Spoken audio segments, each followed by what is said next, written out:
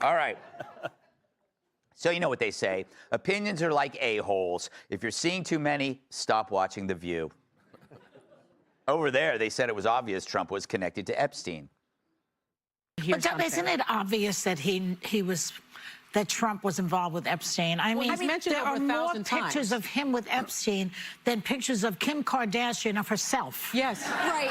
But listen, How many more things do we have to see before people believe that he was involved with Epstein? So Trump's mentioned over 1,000 times, but he could have been mentioned by anyone under any circumstance. You know, I bet Joy's emails contain 1,000 mentions of quarter pounders. But that doesn't mean she's banging Ronald McDonald. Hamburglar. Yeah, I was thinking of Hamburglar. And I'm sure if you look at all the View's emails, you'll find thousands of Trump mentions, too. Does that mean Trump paid Joy or Whoopi for sex?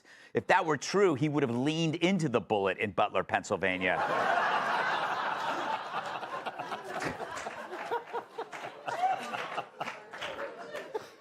But that whole exchange illustrates a good point when assessing all this Epstein crap. Now that Trump signed off on releasing the files, be careful what you wish for. Like a mechanical bull in a bar, the story's tossing Democrats off left and right. Stacey Plaskett, Bill Clinton, Larry Summers, Hakeem Jeffries. But Trump, he's not riding the bull. It feels like he's operating it, which is what he ends up doing with about everything. So you shouldn't let the whirlwind of what-ifs overshadow the what is. Like the Stacey Plaskett scandal. If we were the only one, it would be enough. The Democrat congresswoman from the U.S. Virgin Islands was caught texting with Epstein during a congressional hearing in 2019. Turns out she also worked for Epstein's lawyer and received money from him after his conviction. So if you've ever wondered how was Epstein able to run a sex trafficking ring for years without anyone stopping it, it's because he knew which palms to grease. The entire story is about that kind of collusion, which allowed him to not only abuse countless women, but to maintain its secrecy. So Stacey's story is at the heart of corruption, where midwit politicians help and get help from the very people they claim they know nothing about. Here's Plaskett absurdly justifying the whole exchange. But like many constituents, individuals get your phone number, they text you about issues, they speak with you. I have spoken with him about issues that are relevant, things that are going on in the Virgin Islands and elsewhere around the country.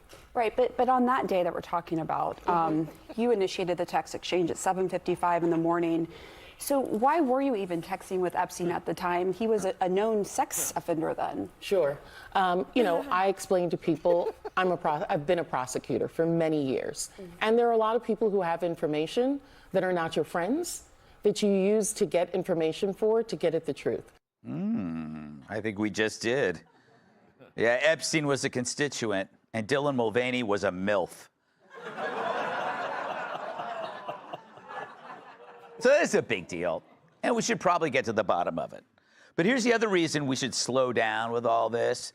The vote to release the files mandates that the DOJ turns over, quote, unclassified records, documents, communications, and investigative materials, and all classified info to the maximum extent possible. In other words, key documents could stay confidential. So maybe lower our expectations. Remember the JFK files, the UFO crap? Just titillation followed by evaporation. Because we never get the whole truth. It's like the government treats us like little kids, shielding us from reality. Like your mom not telling you that the shopping mall Santa you just sat on was actually a down-and-out MC Hammer. But we're learning stuff anyway about life behind the curtain. It reminds me of those grade school field trips where you go to a local factory to see how stuff's made. It's that way with the Epstein story. We've gone behind the scenes to see how powerful elites operate. Is this what they do for fun? Was it common? What's that table for? Why are there restraints on the walls? And why does the guy in leather chaps look a lot like Larry Kudlow? So we're now seeing how a certain segment of society operates. And it explains how untethered elites use their wealth to satisfy their sexual appetites. So maybe it's not some random scandal. Instead, it's a roadmap. And Democrats might not be ready for where it leads.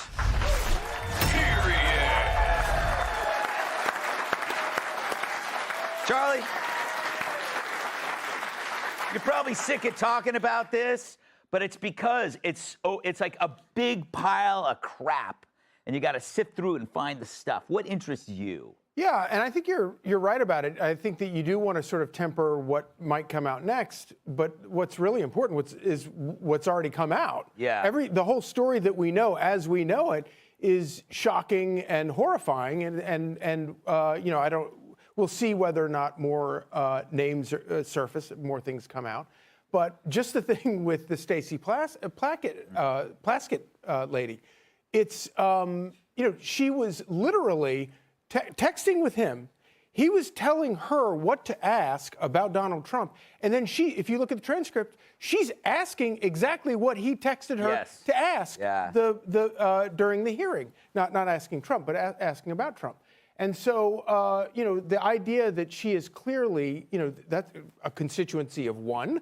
Mm-hmm. She was his hand puppet, and she was doing exactly what he wanted her to do. Mm-hmm. And so I do that. The big picture, though, I think that it's a little bit like the sort of Russia collusion hoax, except we already know the end of the movie. Yeah. We already know how all of this ends. And so far, what we've seen is, everything is backfired on Democrats. And I don't think that, I don't have any reason to believe that it's going to stop. Sherrod. Gregory. How are you? Can't complain. That is good. When you hear about how awful these people were on Epstein Island, do you feel better about yourself? Greg, I'll tell you this. A lot of rich, powerful people rumored to be on that list. Rich and powerful. Yes. I would love to be on that list. It would change my life.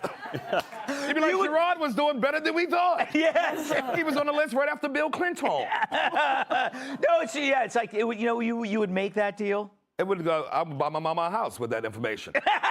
Or maybe Platskin. Is it Platskin or Platsky? Platskin. Platskin. Maybe she thought Jeffrey was in charge. After all, she represents the Virgin Islands. Yes. Ew.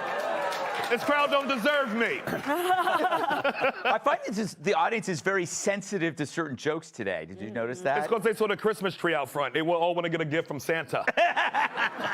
Well, the gift will be humor. That's right. Very little gifts. Sean, okay, you're a smart guy. You started the Federalist. What's your take on this whole story, and what's your prediction of where it leads? I'm kind of tired of it, to be honest. Yeah. The people talking don't know anything. The people who know the stuff aren't talking. And I kind of wish we would dispense with the kabuki theater where they're all pretending to really get to the bottom of it. Mm-hmm. All the documents that would have told us anything have to be long gone. And the thing I would like to know is just tell us who he was working for. Yeah. We all know he was not a random constituent or just a happy money manager. He was doing stuff for someone, probably someone's. Just tell us who it is. Yeah, you think it's a foreign country? Plural. Mossad? Can I say that? Yeah, you can say Mossad. I think even Netanyahu believes that, right?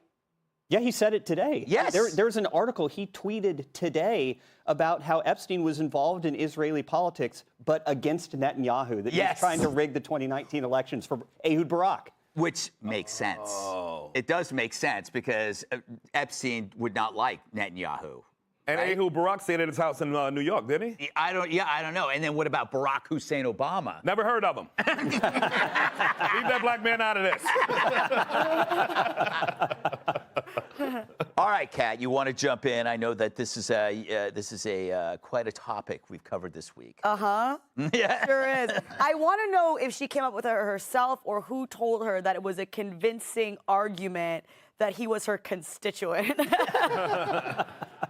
Like, it's so crazy because, sure, but, like, there's a lot of constituents. You have so many constituents. What difference does that make? Right. Like, you have constituents who are crackheads. You can't be like, well, I went to go pick up this crack because I needed to get it for my constituent.